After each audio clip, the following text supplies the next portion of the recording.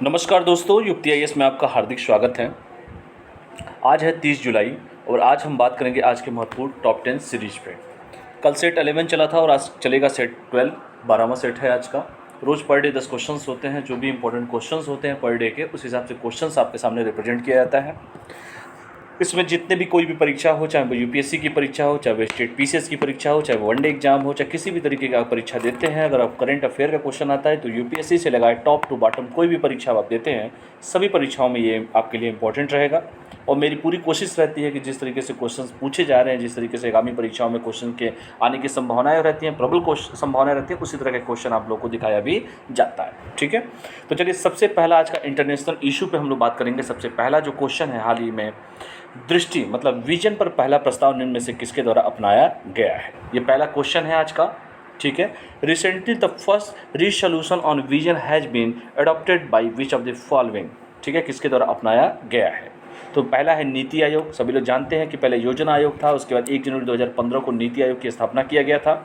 नीति आयोग के जो हेड होते हैं वो प्रधानमंत्री होते हैं, जो उसके अध्यक्ष होते हैं वो देश के प्रधानमंत्री होते हैं। वर्तमान में नरेंद्र मोदी जी हैं देश के प्रधानमंत्री, वही नीति आयोग के अध्यक्ष हैं। कमेंट करके आप लोग बताइएगा कि नीति आयोग का फुल फॉर्म क्या होता है और नीति आयोग के इस वर्तमान में उपाध्यक्ष कौन होते हैं। ठीक है, तो चलो मैंने क्वेश्चन क्या था मेरा, हाल ही में दृष्टि पर पहला प्रस्ताव निम्न में से किसके द्वारा अपनाया गया। Option A NITI Aayog, option B जो है जर्मन वाच है, ऑप्शन सी है WHO विश्व स्वास्थ्य संगठन जिसे कहते हैं, और ऑप्शन डी है संयुक्त राष्ट्र महासभा, और ऑप्शन ई है उपयुक्त में से कोई नहीं और उपयुक्त में से एक से अधिक।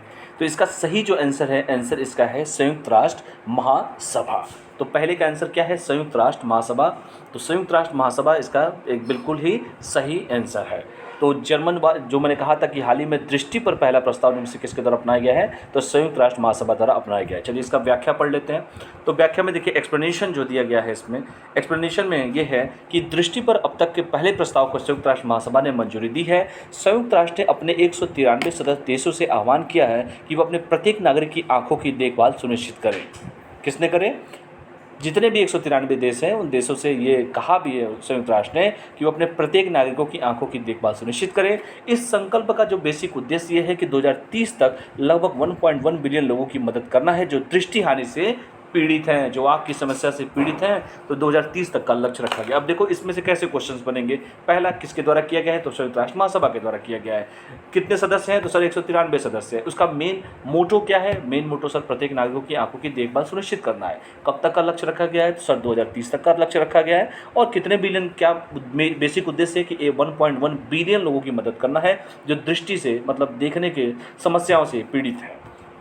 तो यही सब क्वेश्चन देखो खूब आते रहते हैं यूपीएससी में। अगर देखोगे तो इस तरह क्वेश्चन खूब पूछता है, बस लंबा चौड़ा पूछ देगा, उसी में से पूछ देगा आप लोगों को, तो कन्फ्यूजन नहीं रखना है। चलिए और आगे बढ़ते हैं। मुख्य बिंदु, विजन फॉर एवरीवन नामक प्रस्ताव को एंटीगुआ, बांग्लादेश और आयरलैंड द्वारा प्रायोजित किया गया है और 100 से अधिक देशों द्वारा इसे सह प्रायोजित किया गया है। ठीक है, और इस प्रस्ताव में कहा गया कि वैश्विक स्तर पर ग्लोबल लेवल पर आंखों की देखभाल की जरूरतें काफ़ी हद तक बढ़ने जा रही है, क्योंकि वर्ष 2050 तक वैश्विक आबादी का आधा हिस्सा दृष्टि दोष से पीड़ित होगा। आप देख ही रहे हैं, टेक्नोलॉजी का दौर है, लोग आंखों की समस्या से कितने प्रभावित हैं। छोटे छोटे बच्चों की आंखों में चश्मा किस तरह से लग रहा है और किस तरह से लोग जो है अपने आप को जैसे मोबाइल ही यूज कर रहे हैं या टीवी देख रहे हैं या कुछ भी कर रहे हैं, आज की आंखों की रोशनी पे क्या इफेक्ट पड़ता है, इसके बारे में आप लोग भली बात सोचिए कभी। और ये समस्याएं दिन पर दिन बढ़ती जा रही हैं। ठीक है, तो वैश्विक स्तर पर दृष्टि की हानि से पीड़ित 1 अरब लोगों में से 90% अधिक से अधिक लोग निम्न या मध्यम आय वर्ग के देशों में रहते हैं। सभी नेत्रहीन लोगों में 55% लड़कियां और महिलाएं हैं। आंखों की देखभाल से संबंधित सेवाओं तक बेहतर पहुंच से प्रति व्यक्ति घरेलू खर्च में लगभग 88% की वृद्धि हो सकती है। अब बताओ, जब आंखें ही खराब होगा किसी का स्वास्थ्य गड़बड़ होगा, तो बताओ जो आदमी आय कमाएगा, मान लीजिए आप 10,000 रुपये महीने कमाते हैं, लेकिन 10,000 महीने कमाते हैं और 8,000 रुपये दवा पे खर्चा करते हैं, तो फिर आपके पास बचा क्या। ये समस्या जटिल होती जा रही है आने वाली जनरेशन्स के लिए, चाहे वो 2030 का लक्ष्य हो, चाहे 2050 तक का लक्ष्य हो। ये ग्लोबल समस्या है, सबके लिए ये समस्या है। इसी को समाप्त करने का लक्ष्य भी रखा गया है। भूख और गरीबी को समाप्त करने, गुणवत्तापूर्ण शिक्षा प्राप्त करने और स्वास्थ्य जीवन सुनिश्चित करने और असमानता को कम करने के लिए वर्ष 2030 के लिए संयुक्त राष्ट्र के लक्ष्यों को प्राप्त करने के लिए आंखों की देखभाल से संबंधित सेवा तक बेहतर पहुंच आवश्यक है। बेटा मैं एक्सप्लेनेशन पूरा डिटेल इसीलिए देता हूं ताकि अगर कहीं से भी जिस तरह के क्वेश्चन आए उस तरह के क्वेश्चन करने की आप पूरी स्थिति में रहें। चाहे आप इंटरव्यू दे रहे हो, चाहे वो प्रीलिम्स दे रहे हो, चाहे आप मेंस दे रहे हो, हर तरह के क्वेश्चन का ये पूरा सलूशन है। चलिए दूसरा क्वेश्चन बात करते हैं, इंटरनेशनल रिलेशन का ही है, इंटरनेशनल इशू का है। हेपेटाइटिस सी के लिए दुनिया की पहली सस्ती नई दवा निम्न में से किस द्वारा पंजीकृत की गई है?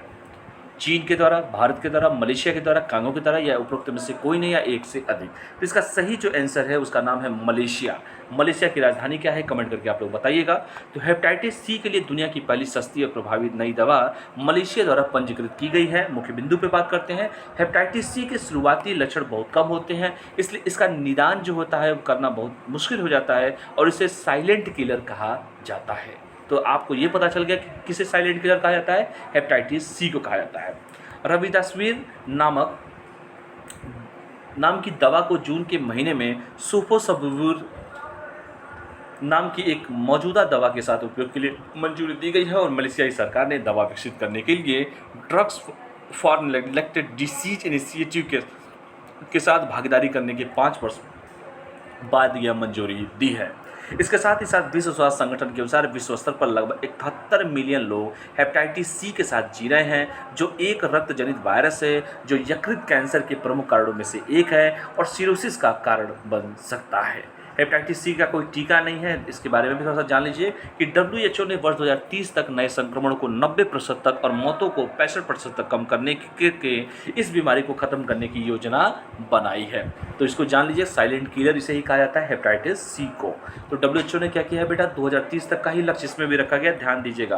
तो WHO ने 2030 तक का नए संक्रमण को 90% तक और मौतों को 65% तक कम करने के लिए इस बीमारी को खत्म करने की योजना बनाई है। उसको ध्यान से पढ़ लीजिएगा, मलेशिया के द्वारा। चलिए, हाल ही में नजीब मिकाती निम्न में से किस देश के नए प्रधानमंत्री चुने गए? ये भी क्वेश्चंस खूब पूछे जाते हैं।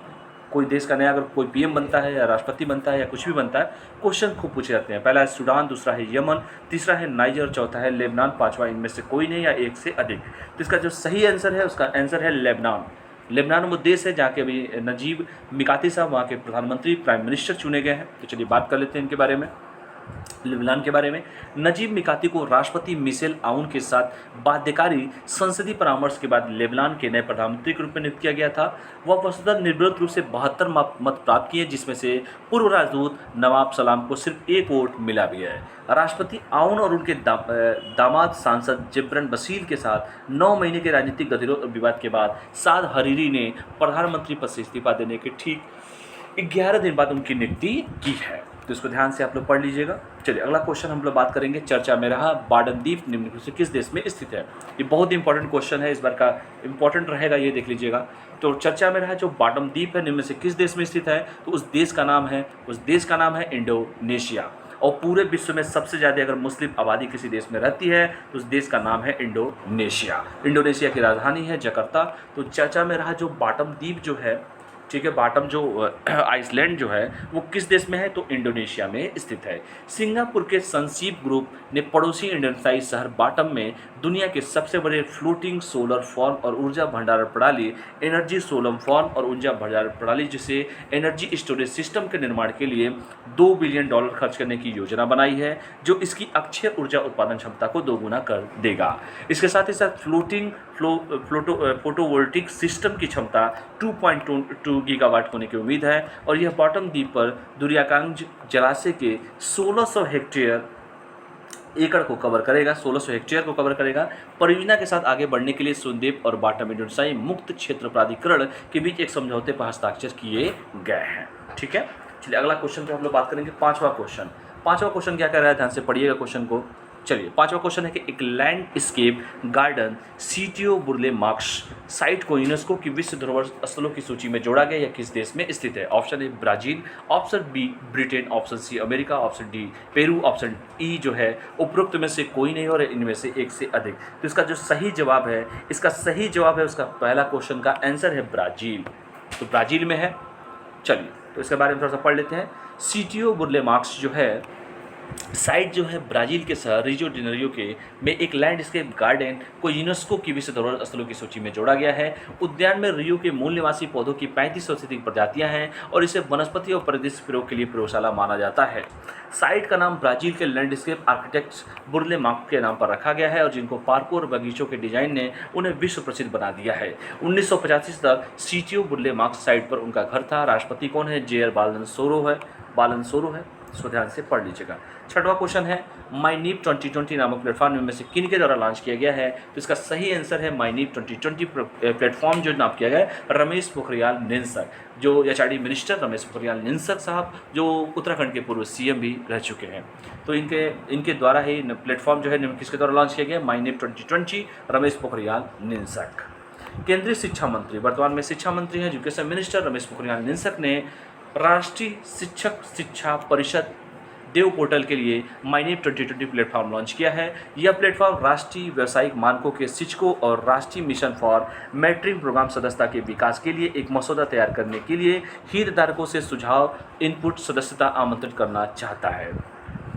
डिजिटल परामर्श का यह अभ्यास शिक्षक की शिक्षा के क्षेत्र में अस्थायी और सकारात्मक बदलाव के लिए शिक्षक नीति पर दस्तावेज तैयार करने में शिक्षकों, शिक्षा पेशेवरों, शिक्षाविदों और अन्य हितधारकों की भागीदारी की परिकल्पना करता भी है। एनईपी 2020 की उपरोक्त 2 प्रमुख सिफारिशों पर दस्तावेजों को तैयार करने के लिए एजेंसी टी व्यक्तियों संगठनों के साथ निकट परामर्श का काम करेगा।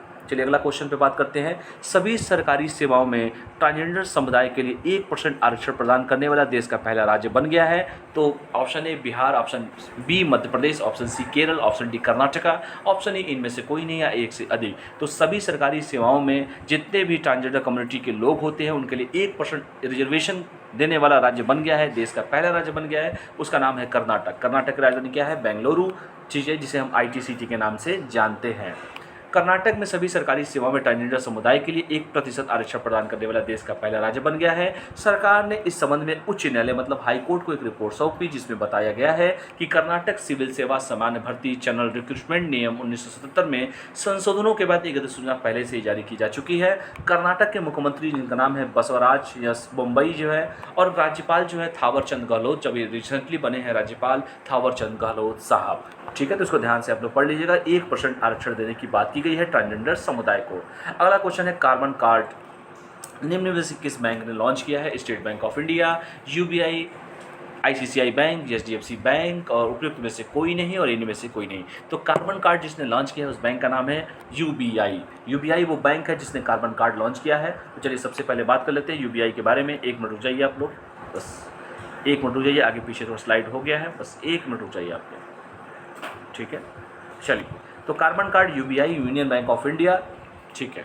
तो यूनियन बैंक ऑफ इंडिया ने NPCI के रुपए प्लेटफॉर्म पर HPCL के सह branded credit card UNI carbon card launch किया है। United union bank of India यह एक सबसे यूनिक कार्ड है जिसे सार्वजनिक क्षेत्र के सबसे बड़े बैंक में से एक यूनियन बैंक ऑफ इंडिया और HPCL जो फ्यूल रिटेल में अग्रणी और भारत का सबसे बड़ा कार्ड भुगतान नेटवर्क रुपए के साथ मिलकर बनाया गया है। यह ग्राहकों के लिए मूल्य बनाने का अवसर पैदा करेगा। इसके साथ ही HPCL खुदरा दुकानों पर इस कार्ड का उपयोग करते समय कार्ड धारकों को बैंकों द्वारा उपलब्ध कराए गए ईंधन अभिधार की छूट के अलावा कैशबैक रिवार्ड्स मिलते रहते हैं। कार्ड धारक NPCI मतलब national payment corporation of India द्वारा लगाए गए कई मुफ्त उपहार और ऑफर का आनंद ले पाएंगे जैसे कि मनोरंजन, लाइफस्टाइल, यात्रा, शॉपिंग, भोजन आदि। और कार्ड जो है वेतनभोगी और अन्य को भी दिया जाता है। प्रस्तावित कार्ड सीमा कुल वार्षिक का 20% है जिसमें न्यूनतम सीमा 50,000 है और जिससे ऊपर की कोई सीमा नहीं है। इसको भी ध्यान से पढ़ लीजिएगा। चलिए राष्ट्रीय मुद्दे पर हम लोग बात कर लेते हैं। निम्न में से किनके द्वारा ट्राइबल टीबी इनिशिएटिव की शुरुआत की गई है? ऑप्शन ए है नरेंद्र मोदी साहब, ऑप्शन बी है मनसुख मंडाविया साहब, ऑप्शन सी है doctor Harshvardhan, option D Harish Jain, option E उपरोक्त में से कोई नहीं और इनमें से अधिक।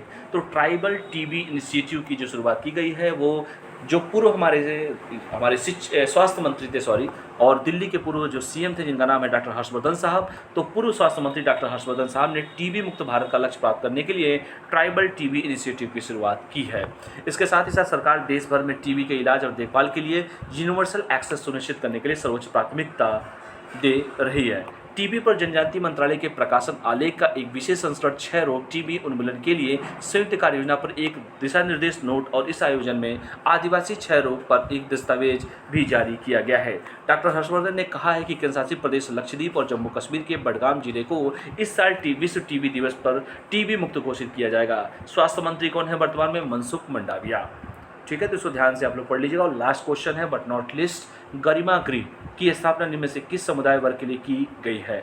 तो गरिमा गृह की जो बात की जा रही है, option A transgender, option B है सेक्स वर्कर, ऑप्शन सी है बुजुर्ग, ऑप्शन डी पीड़िता बालक द विक्टिम चाइल्ड, और ऑप्शन ई जो है उपरोक्त में से कोई नहीं या एक से अधिक। तो इसका सही जो आंसर है गरिमा गृह की जो बात हम कर रहे हैं वो किया गया है ट्रांसजेंडर समुदाय के लोगों के लिए। केंद्र समुदाय आधारित संगठनों कम्युनिटी बेस्ड ऑर्गेनाइजेशन की मदद से ट्रांसजेंडर व्यक्तियों के लिए गरिमा गृह स्थापित कर रहा है। इसके साथ ही साथ सामाजिक न्याय और अधिकारिता राज्य मंत्री ए नारायण स्वामी ने लोकसभा को बताया कि ट्रांसजेंडर व्यक्तियों को सुरक्षित आश्रय प्रदान करने के उद्देश्य से 12 पायलट आश्रय गृह शुरू किए गए हैं और ऐसे आश्रय गृह जो है महाराष्ट्र में, दिल्ली में, पश्चिम बंगाल में, राजस्थान में, बिहार में, छत्तीसगढ़ में, तमिलनाडु और उड़ीसा राज्यों में स्थापित किए गए हैं। तो 12 राज्यों का कम से कम नाम आप लोग पढ़ लीजिएगा। चलिए आगे बढ़ते हैं। तो ये रहा आज के महत्वपूर्ण क्वेश्चन, एक बार मैं और रिपीट कर देता हूँ, ठीक है। तो जितने भी क्वेश्चन थे, तो पहला क्वेश्चन था हाल ही में दृष्टि पर पहला नियम में से किसके द्वारा अपनाया गया है, तो इसका सही उत्तर संयुक्त राष्ट्र महासभा। दूसरा क्वेश्चन देख लीजिए, एक्सप्लेनेशन आप लोग पढ़ते रहिएगा। हेपेटाइटिस सी वाला जो क्वेश्चन था उसका सही आंसर है मलेशिया, इसकी राजधानी कोलालमपुर है। तीसरा क्वेश्चन देखिए, कहता है हाल ही में नजीब मिकाती किस देश के बने हैं, तो सर लेबनान के बने हैं, वहाँ के प्रधानमंत्री चुने गए हैं। अगला है बॉटम द्वीप। बॉटम द्वीप जो है इंडोनेशिया, जहाँ पर सबसे ज़्यादा मुस्लिम आबादी रहती है, बॉटम द्वीप वहाँ पर है Indonesia. Landscape garden city of बुले मार्क्स ये कहाँ का है, तो ये सर ये ब्राज़ील का है, ठीक है। चलिए आगे बढ़ते हैं, पाँचवा क्वेश्चन हो गया। छठवां क्वेश्चन देखिए, माईनीप 22 नामक प्लेटफॉर्म किसके द्वारा किया गया है, तो sir Ramesh Pokhriyal Nishank, HRD minister, चलिए एजुकेशन मंत्री। चलिए आगे बढ़ते हैं। और सभी सरकारी सेवा में ट्रांसजेंडर समुदाय के लिए सर कर्नाटक वो राज्य है, कर्नाटक, ठीक है। आगे बढ़ते हैं। कार्बन कार्ड जो की जाए union bank of India, UPI याद रखिएगा, कार्बन कार्ड, ठीक है। 9 क्वेश्चन देख लेते हैं। ट्राइबल टीबी इनिशिएटिव जो किया गया है वो जाहिर सी बात है डॉक्टर हर्षवर्धन साहब के द्वारा किया गया है। और 10वां क्वेश्चन जो सबसे लास्ट था, गरिमा गृह की बात हम जब कर रहे थे, तो ट्रांसजेंडर समुदाय के लिए गरिमा गृह की स्थापना किया जा रहा है पायलट प्रोजेक्ट के रूप में। तो ये रहे आज के महत्वपूर्ण टॉप 10 सीरीज। मुझे उम्मीद है कि आप लोग को मेरा टॉप 10 जो सीरीज है उसमें काफ़ी अच्छा आप लोग को लग भी रहा होगा और परीक्षा की दृष्टि से बहुत इंपॉर्टेंट है। आप लोग इसको फॉलो करते रहिए, अपने दोस्तों को भी बताते रहिए इस टॉप 10 सीरीज के बारे में, ठीक है। युक्ति आईएएस जो है, युक्ति परिवार जो है आप लोग को सेवा के लिए हमेशा तत्पर रहेगा।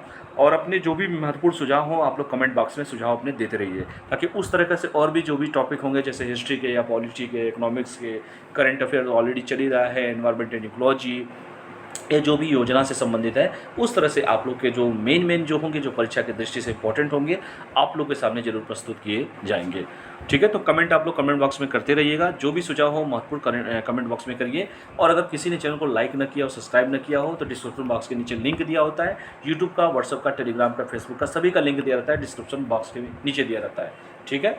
और ये नंबर है, खूबसूरत सा नंबर है, किसी को कोई संपर्क करना हो तो दिए गए नंबर पर आप लोग संपर्क कर सकते हैं। तो चलिए आज के लिए इतना ही करते हैं, कल फिर हम 13 जो सेट है उसके साथ हम लोग मैं आपके सामने मिलूंगा। तब तक के लिए आप लोग पढ़ाई करते रहिए, स्वस्थ रहिए, मस्त रहिए, पढ़ते रहिए। बहुत बहुत धन्यवाद सभी का। Thank you all of you. जय हिंद।